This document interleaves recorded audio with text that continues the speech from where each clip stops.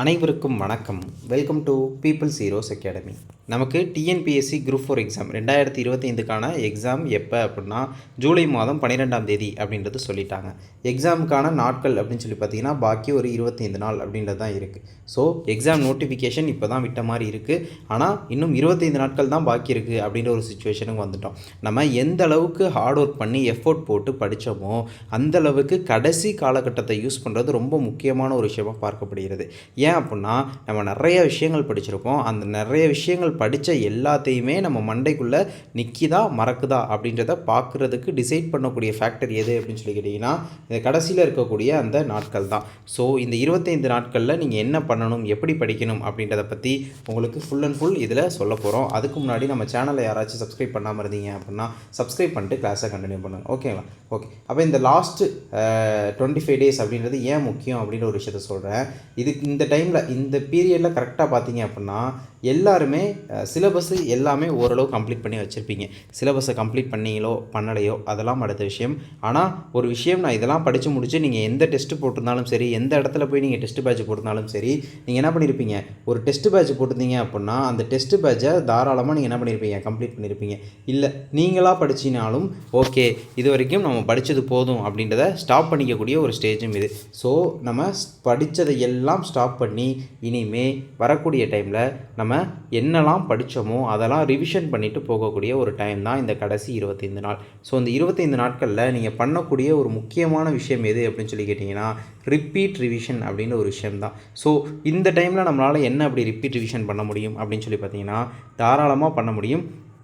Fast revision அப்படின்னு சொல்லி ஒரு மெத்தட் இருக்குது. அது என்ன ஃபாஸ்ட் ரிவிஷன் அப்படின்னு சொல்லி கேட்டிங்கன்னா, இப்போ எக்ஸாம்பிளுக்கு நீங்கள் மேத்ஸ் அப்படின்றத எடுத்துக்கோங்களேன். அப்போ ஆப்டிடியூட் ரீசனிங் பொறுத்த வரைக்கும் நீங்கள் என்ன பண்ணியிருப்பீங்க, மோஸ்ட் ஆஃப் ஆல் எல்லா சம்ஸுமே நீங்கள் ப்ராக்டிஸ் பண்ணி பார்த்துருப்பீங்க. ஸோ இந்த டைமில் நீங்கள் மேத்ஸுக்கு எப்படி ஃபாஸ்ட் ரிவிஷன் பண்ணலாம் அப்படின்னா ஒரு டெய்லி ஒரு தடவை என்னென்ன ஃபார்முலாஸ்லாம் இருக்குதுன்னு எழுதி பார்த்தீங்கன்னா கிட்டத்தட்ட ஒரு பக்கத்துலேயே உங்களால் என்ன பண்ண முடியும், ஒரு பக்கத்தில் இருந்து ஒரு 2 பக்கத்தில் உங்களால் அனைத்து ஃபார்முலாக்களையுமே நமக்கு ஆப்டிடியூடுக்கு என்னென்ன ஃபார்முலாஸ் இருக்கோ அது எல்லாத்தையுமே உங்களால் 1லேருந்து 2 பக்கத்துக்குள்ளே தாராளமாக உங்களால் எழுதி பார்க்க முடியும். ஸோ டெய்லி மேத்ஸுக்கான ஃபார்முலாஸை எழுதி பார்க்குறது ஒரு ஃபாஸ்ட் ரிவிஷன் மெத்தடு. டெய்லி எழுதி பார்க்கலனா கூட ஒரு நாள் 2 நாளைக்கு ஒரு தடவையோ 3 நாளைக்கு ஒரு தடவையோ எழுதி பார்த்துருங்க. லாஸ்ட்டு நீங்கள் போகிறப்போ ஒரு 2-3 நாள் கண்டினியூஸாக எழுதி பார்த்துட்டு போயிருங்க அப்படின்றது உங்களுக்கு ஃபாஸ்ட் ரிவிஷன் மெத்தடு மேத்ஸுக்கானது. இது உங்களுக்கு ஜென்ரல் ஸ்டடீஸ் ப்ளஸ் தமிழ் இதையுமே எடுத்து பார்த்தீங்க அப்படின்னா ஃபாஸ்ட் ரிவிஷன் மெத்தட் அப்படின்றது தான் யூஸ்ஃபுல் ஆக போகுது. ஏன் அப்படின்னா நீங்கள் இவ்வளோ நாள் படித்ததெல்லாம் எப்படி படிச்சிருப்பீங்க, ஒரு புக்கு எடுத்தீங்க அப்படின்னா அதில் என்னெல்லாம் படிச்சிங்களோ அது எல்லாத்தையும் படிச்சுட்டே வந்திருப்பீங்க. கண்டிப்பாக இன்னும் இது வரைக்கும் நீங்கள் ஏற்கனவே ஒரு தடவை படித்தது மட்டும் இல்லாமல் இன்னொரு தடவை ரிவிஷனும் பண்ணிட்டு வந்திருப்பீங்க. நம்ம எப்பயுமே சொல்கிறது அதுதான், நீங்கள் எப்போ படித்தாலும் சரி அதை அந்த கடைசி வீக்கில் ரிவிஷன் பண்ணணும் அப்படின்றது. நீங்கள் அப்படி பண்ணலைனாலும் சரி இந்த லாஸ்ட் 25 நாளை யூஸ் பண்ணி தயவுசெய்து நீங்கள் என்னெல்லாம் படிச்சிங்களோ இதுக்கப்புறம் தயவுசெய்து எதையுமே புதுசாக படிக்காதீங்க. படித்ததெல்லாம் போதும், தூக்கி ஓரமாக வச்சுட்டு இதை தாராளமாக ஃபாஸ்ட் ரிவிஷன் அப்படின்னு சொல்லி பார்த்தீங்கன்னா அப்போ உங்களுக்கு யூனிட் அப்படின்னு சொல்லி பார்த்தீங்கன்னா நம்ம வழக்கமாக பிரிக்கிற மாதிரி ஒரு 10 யூனிட்னு சொல்லுவோம் இல்லையா, அதில் ஜென்ரல் ஸ்டடீஸு, அதில் மேத்ஸ் ஒன்று போயிடும், கரண்ட் அஃபேர்ஸ் ஒன்று போயிடும். இது ரெண்டுத்தையும் எடுத்துட்டோம் அப்படின்னா அந்த 8 யூனிட் இருக்கும். இதுலேயும் நமக்கு சயின்ஸ் ஜியாகிரஃபிலேருந்து கொஷின்ஸ் கம்மியாக தான் கேட்குறாங்க. இருந்தாலும் அது இருக்கட்டும், ஏன்னா குரூப் 4 லெவலில் நம்ம எதையுமே மிஸ் பண்ணக்கூடாது. ஸோ இந்த 8 யூனிட் இருக்குது. அப்போ 2 நாளைக்கு ஒரு யூனிட் நீங்கள் அப்படின்றது கண்டிப்பாக முடிக்கணும். அப்போ 2 நாளில் ஒரு யூனிட் அப்படின்றத முடிச்சிங்கன்னா தாராளமாக உங்களால் எத்தனை நாள் முடிக்க முடியும், 16 நாளில். ஸோ இது முடியுமா அப்படின்னு சொல்லி கேள்வி கேட்டீங்க அப்படின்னா அங்கேயே உங்களோட தோல்வியை நீங்கள் ஒத்துக்கிறீங்க அப்படின்றது ஒரு நிதர்சன உண்மை அப்படின்றத நீங்கள் தெரிஞ்சுக்கோங்க. ஒரு 5 மணி நேரம், ஒரு நாளைக்கு 5 மணி நேரம் ஜென்ரல் ஸ்டடீஸ் படிங்க. 10 மணி நேரத்தில் உங்களால் ஒரு யூனிட்டை முடிக்க முடியுமா அப்படின்னு சொல்லி கேட்டிங்கன்னா நீங்கள் ஏற்கனவே நோட்ஸ் எடுத்து வச்சுருந்தாலும் சரி, இல்லை நீங்கள் ஸ்கூல் புக்ஸில் படிச்சிருந்தாலும் சரி, ஏற்கனவே என்னெல்லாம் குறித்து வச்சுருந்தீங்களோ, ஏற்கனவே என்னெல்லாம் ஹைலைட் பண்ணி வச்சுருப்பீங்க இல்லையா, ஸோ அந்த ஹைலைட் பண்ண பாயிண்ட் விஷயம் எல்லாத்தையுமே, ஹைலைட் பண்ண விஷயங்கள் எல்லாத்தையும் அப்படியே நீங்கள் என்ன பண்ணிட்டு போகிறீங்க, பார்த்துட்டு போகிறீங்க. ஒரு கண்ணில் ஒரு தடவை ரூட் விட்டு பார்த்துட்டு போக தான் போகிறீங்களே தவிர நீங்கள் ஃபஸ்ட் டைம் படித்த மாதிரி திரும்ப உட்காந்து என்ன பண்ண போகிறதில்ல, படிக்க போகிறது இல்லை. ஸோ ஒரு யூனிட்டுக்கு 2 நாள் அப்படின்னு சொல்லி வச்சு 16 நாளில் நீங்கள் என்ன பண்ணலாம், ஜென்ரல் ஸ்டடீஸ் ஃபுல்லத்தையும் ரிவிஷன் பண்ணலாம் அப்படின்றது. இதே 16 நாளில் நீங்கள் தமிழையும் முடிக்கணும். நீங்கள் எந்த புக்கில் படித்தாலும் சரி, ஓல்டு சிலபஸ் பொறுத்த வரைக்கும் எல்லாருமே ஸ்கூல் புக்ஸ் மட்டும் தான் படிச்சுக்கிட்டு இருந்தோம். இப்போ நிறைய பேர் ஸ்கூல் புக்ஸ் படிக்கிறீங்க, நிறைய பேர் அந்த இன்ஸ்டியூட் புக்கு, இந்த இன்ஸ்டியூட் புக்கு, இந்த பப்ளிகேஷன் புக்குன்னு சொல்லி நிறையா படிச்சுக்கிட்டு இருக்கோம். ஸோ இந்த 16 நாளில் இதே 16 நாளில் நீங்கள் என்ன பண்ணணும், நீங்கள் தமிழ் சிலபஸ் என்ன இருக்கோ அந்த தமிழ் சிலபஸையும் ஃபுல்லாக ஒரு தடவை நீங்கள் கம்ப்ளீட் பண்ணணும். இதே மாதிரி தான் மேத்ஸுக்கும் அந்த 16 நாள் அப்படின்றது. அது என்ன 16 நாள், 25 நாள் பாக்கி இருக்குது. நம்ம 16 நாள் பண்ணிட்டு பேலன்ஸு 9 நாள் நம்ம என்ன பண்ண போகிறோம் அப்படின்னு சொல்லி கேட்டிங்கன்னா, இந்த 16 நாளில் படிச்சிங்க பார்த்தீங்களா, இந்த 16 நாளில் படித்ததை அடுத்து உங்களால் எத்தனை நாளில் ரிவிஷன் பண்ணணும், அடுத்து ஒரு 7 டேஸில் நீங்கள் என்ன பண்ணணும், அதை ரிவிஷன் பண்ணணும் அப்படின்றது ஒரு உண்மை. 7 டேஸ்லையோ 6 டேஸ்லையோ இது ரொம்ப ரொம்ப முக்கியமான ஒரு விஷயம். இல்லை நான் இந்த 16 நாளில் என்னால் ரொம்ப வேகமாக நான் படிக்கிறதுக்கு 16 நாளில் நான் வேகமாக படிக்கிறதுக்கு என்ன பண்ணிட்டு போகிறேன், நான் கொஞ்சம் பொறுமையாக ஒரு தடவை ரிவிஷன் பண்ணி 8 3 24 அப்படின்னு சொல்லி 24 நாளில் நான் ஒரே ஒரு தடவை ரிவிஷன் பண்ணிட்டு போகிறேன் அப்படின்னு சொல்லி நினச்சாலும் அது உங்களுடைய விருப்பம் தான்.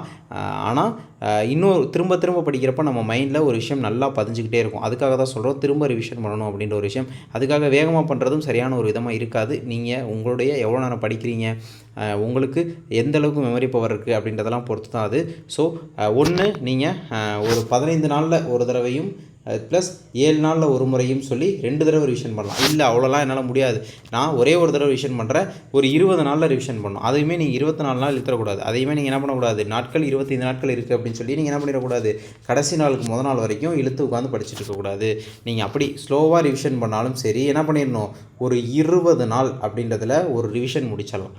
பேலன்ஸ் அப்போ அந்த 5 நாள் 4 நாள் 5 நாள் நீங்கள் என்ன பண்ண போகிறீங்க அப்படின்னா, எதெல்லாம் வீக்குன்னு சொல்லி உங்களுக்கு ஃபீல் ஆகிருக்கும் அந்த வீக்கான விஷயம், இல்லை ஹை ஸ்கோரிங் ஏரியாஸ்னால் என்னது, பாலிட்டி. அப்போ பாலிட்டிலேருந்து அதிக கொஷின் கேட்குறாங்க, வீக்காக இருந்தீங்கன்னா படிங்க. தமிழ்லேருந்து அதிக கொஷின் படிங்க.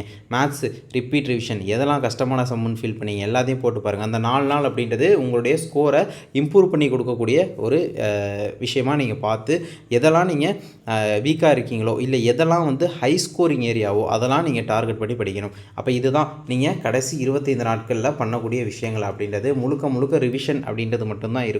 ரிவிஷனை தாண்டி நான் புதுசாக படிக்கிறேன், அவன் அது படிக்கிறான் நான் படிக்கலை அப்படின்னு சொல்லி கேட்டிங்க அப்படின்னா உங்களுடைய நேரம் வீணாகும், கஷ்டப்படுவீங்க அப்படின்ற ஒரு விஷயம் உண்மையாக இருக்கும்.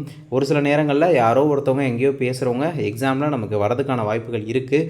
அது அப்படி கிடச்சிச்சு அப்படின்னா சந்தோஷம். அப்படி ஒருத்தரும் ஒன்று படிச்சுக்கிட்டு இருப்பாங்க. அது எல்லாத்தையுமே நம்ம போய் காதில் வாங்கிட்டு இருக்க முடியாது. ஸோ நீங்கள் இது வரைக்கும் படிச்சிட்டிங்க, படித்ததை உங்கள் மேலே நம்பிக்கை வைங்க. நான் படிச்சிருக்கேன், நான் நல்லா படிச்சிருக்கேன், எனக்கு நம்பிக்கை இருக்குது, நான் கண்டிப்பாக இந்த தடவை குரூப் 4 எக்ஸாம் கிளியர் பண்ணுவேன் அப்படின்னு சொல்லி இந்த 25 நாளில் ரிவிஷனுக்கு முடிந்தளவு அதிகமாக யூஸ் பண்ண ஆரம்பிங்க. நல்லா படிங்க. ரிவிஷன் நம்ம எப்போயுமே சொல்லிக்கிட்டு இருக்க ஒரு விஷயம் தான். நம்ம எப்போ ஸ்டடி பிளான் சொன்னாலுமே அந்த வீக்கில் நீங்கள் படிக்கிறத அந்த வீக்கெண்டில் ரிவிஷன் பண்ணணும் அப்படின்றத நம்மளுடைய பாயிண்ட்டாக இருக்கும் எப்பயுமே.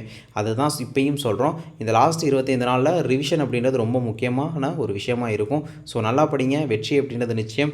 ஜூலை மாதம் 12ஆம் தேதி மதியானம் 12:30 மணிக்கு நீங்கள் எக்ஸாம் ஹாலை விட்டு வெளியே வரும்போது ஒரு சந்தோஷமான மனநிலையில் வரணும். கீ பார்த்து சாயந்தரம் 4 மணிக்குள்ளே கீ பார்த்து நம்ம இருக்கும்போது நம்ம மிகவும் சந்தோஷமான ஒரு மனநிலைக்கு இருக்கணும் அப்படின்னு சொல்லி கேட்டிங்கன்னா, ஸோ நல்லா படிங்க, டைம் வேஸ்ட் பண்ணாதீங்க. இருக்கக்கூடிய 25 நாளை நல்லா யூட்டிலைஸ் பண்ணி நல்லா படிங்க.